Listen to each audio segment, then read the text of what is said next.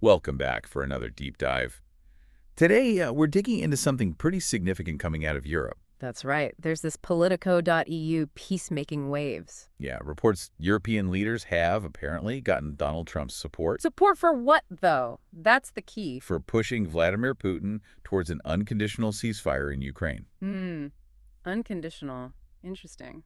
So our mission, as always, is to, cut through the noise a bit, figure out what this actually means and what might come next. And it's definitely noteworthy. There's been a lot of, well, uncertainty in Europe about where the U.S. stands on Ukraine, hasn't there? Especially with potential leadership changes, yeah. Exactly. So the fact that these leaders made it a point to meet with Trump specifically about a ceasefire, that speaks volumes, I think. Okay, let's focus on that term, unconditional ceasefire. Mm-hmm. What are we actually talking about when we say unconditional? Well, basically, it means stopping the fighting.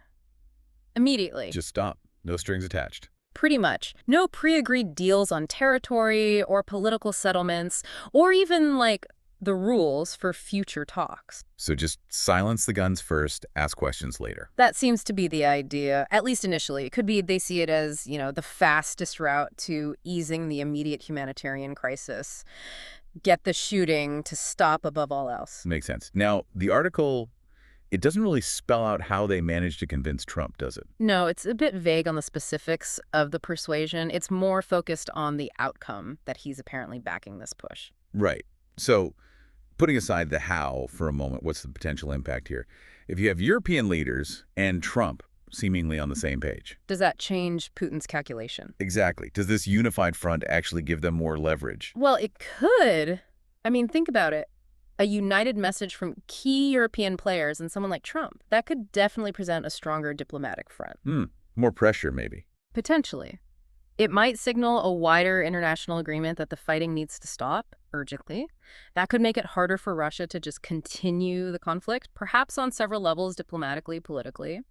The Politico piece frames it quite positively, doesn't it? Yeah. Like a win for the European leaders. It does suggest a degree of success in aligning views on this particular issue, yeah.